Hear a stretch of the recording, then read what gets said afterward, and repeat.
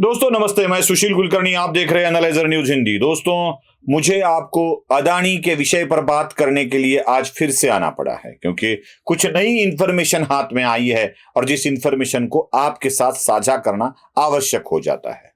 वैसे तो अडानी के मुद्दे पर मैं और भूतपूर्व जी न्यूज मराठी के संपादक उदय निरूड़कर दोनों कई शहरों में एक कार्यक्रम करते आए हैं। अडानी, हिंडनबर्ग और बहुत कुछ ये इंटरव्यू टाइप कार्यक्रम है। बहुत शहरों में ये कार्यक्रम हो चुका है। नासिक में हुआ है, कोल्हापुर में हुआ है, पुणे में हुआ है। ऐसे ही कार्यक्रम हम करते आए हैं और अडानी के विषय में केंद्र की सरकार और गौतम अडानी के समूह पर हम बहुत कुछ बात करते आए हैं।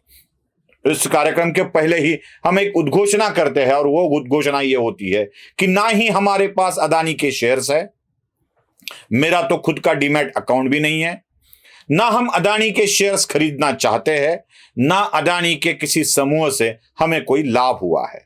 बस एक इंडस्ट्रियलिस्ट अगर किसी कारणवश बदनामी की मार झेल रहा है और उस ऐसी कहानी, मनगढ़ंत कहानियों के कारण एक इंडस्ट्रियलिस्ट का नुकसान हो रहा है, तो इंडस्ट्री का नुकसान देश का नुकसान होता है और वो नुकसान ना हो इसलिए अडानी के विषय में हम या मैं या एनालाइजर तीनों यही बात बार बार बताते आ रहे हैं। हमारे पास ना तो अडानी के शेयर्स है, ना उस कंपनी में हमारी कुछ इन्वेस्टमेंट है, ना अडानी द्वारा एक वीडियो के लिए 40 पैसा या ऐसे कुछ दिया जाता है। फिर भी बात कर रहे हैं और एक नई बात सामने आई है। नई गतिविधियां भी बहुत सारी हो रही है। हमने देखा कि पिछले कुछ दिनों गौतम अडानी शरद पवार से मिलने गए। गौतम अडानी स्वयं शरद पवार से मिलने गए।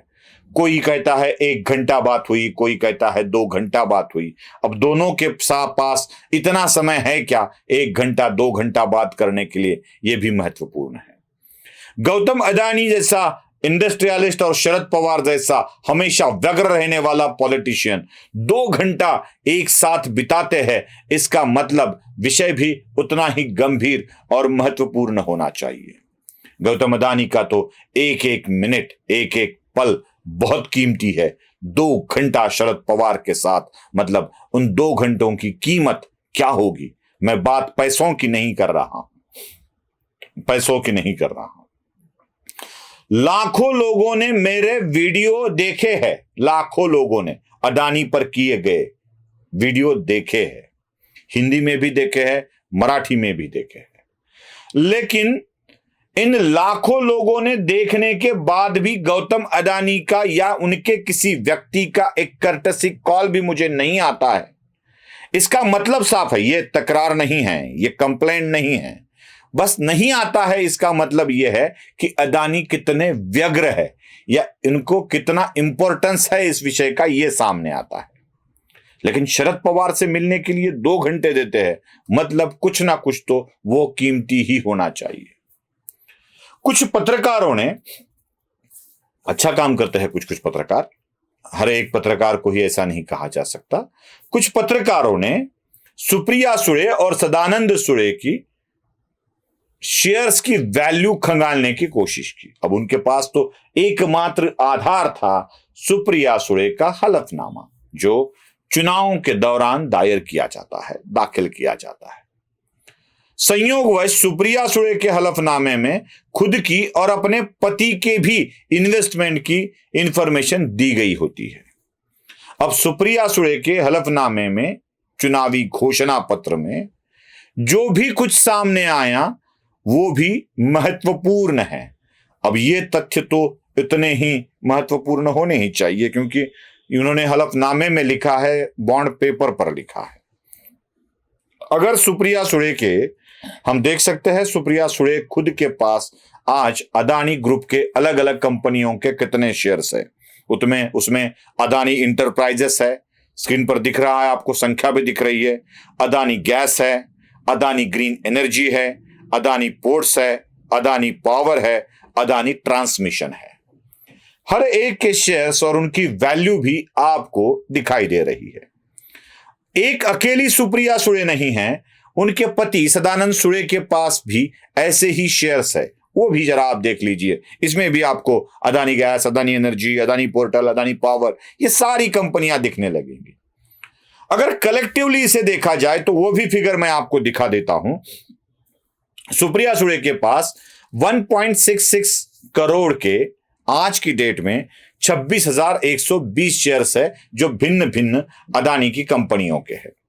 सदानंद सुळे जो उनके पति है, उनके पास 7.18 करोड़ के 18,977 शेयर्स है जो भिन्न भिन्न कंपनियों से है। जब ये लिए गए थे 2019 में तो उनकी वैल्यू लगभग 40,270 रुपए, 70 लाख के करीब कुछ थी। अब ये इतने बढ़ गए हैं कि अब इनकी वैल्यू करोड़ में हो गई है। एक बात और बताता हूं, इनकी कीमत बढ़ गई है, ये ठीक है, बढ़ गई है, ठीक है, लेकिन ये कीमत हिंडनबर्ग के रिपोर्ट के बाद घट भी गई है। घटने के बाद अगर ये करोड़ में है तो जब ये टॉप लेवल पे थे तो उसकी कीमत क्या होगी इसका अंदाजा आप लगा सकते हैं। सही जा रहे हो आप, सही जा रहे हो। 20,000 करोड़ का सवाल पूछने वाले लोगों को ये फिगर समझ लेना बहुत ही जरूरी है। वैसे मैं शरद पवार को धन्यवाद भी कहूंगा कि देश के एक इंडस्ट्रियलिस्ट के पीछे आप खड़े हो गए हैं।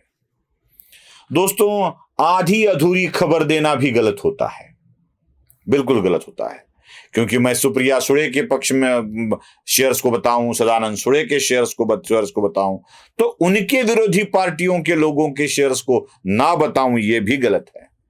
दोस्तों, अमृता फडणवीस के पास भी 70 शेयर्स है अदानी के और उसकी कुल वैल्यू है 40,270 रुपए।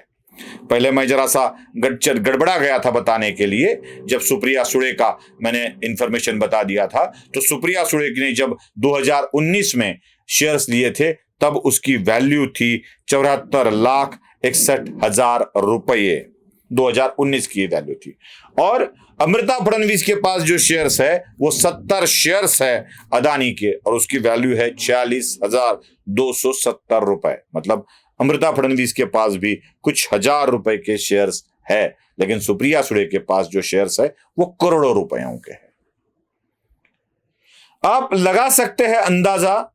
मैं आपको उस घटना की भी याद दिलाना चाहता हूं। सिर्फ 2 घंटे बात हुई है ऐसा नहीं है। Gautam Adani as a industrialist Baramati गए हुए थे। तब शरद पवार के पोते जो विधायक भी है महाराष्ट्र के, रोहित पवार ने उनकी कार चलाई थी, उनके लिए ड्राइवर बने थे। वो भी जरा हादसा नहीं, वाकया भी नहीं, घटना को आप देख लीजिए, जरा देख लीजिए उसको।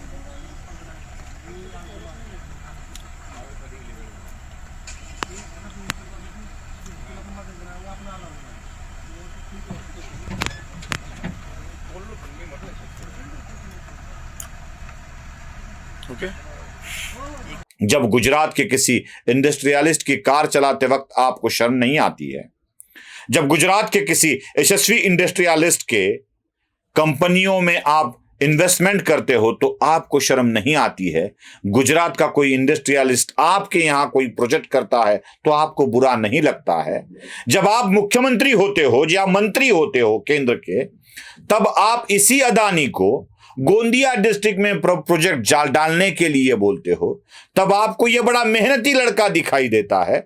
और जब ये ही गौतम अदानी नरेंद्र मोदी की सरकार के कार्यकाल में इंफ्रास्ट्रक्चर के प्रोजेक्ट जब बढ़ते हैं और खुद को एक ऐसे मुकाम पर ले जाता है तो आपको गुस्सा आता है। यही दोगलापन मुझे आपके सामने लाना था और इसी विषय को आपके सामने प्रस्तुत करना था, इसलिए यही विषय आपके सामने लेकर आया हूं। पसंद आए हो तो लाइक, शेयर और सब्सक्राइब जरूर कीजिए। धन्यवाद।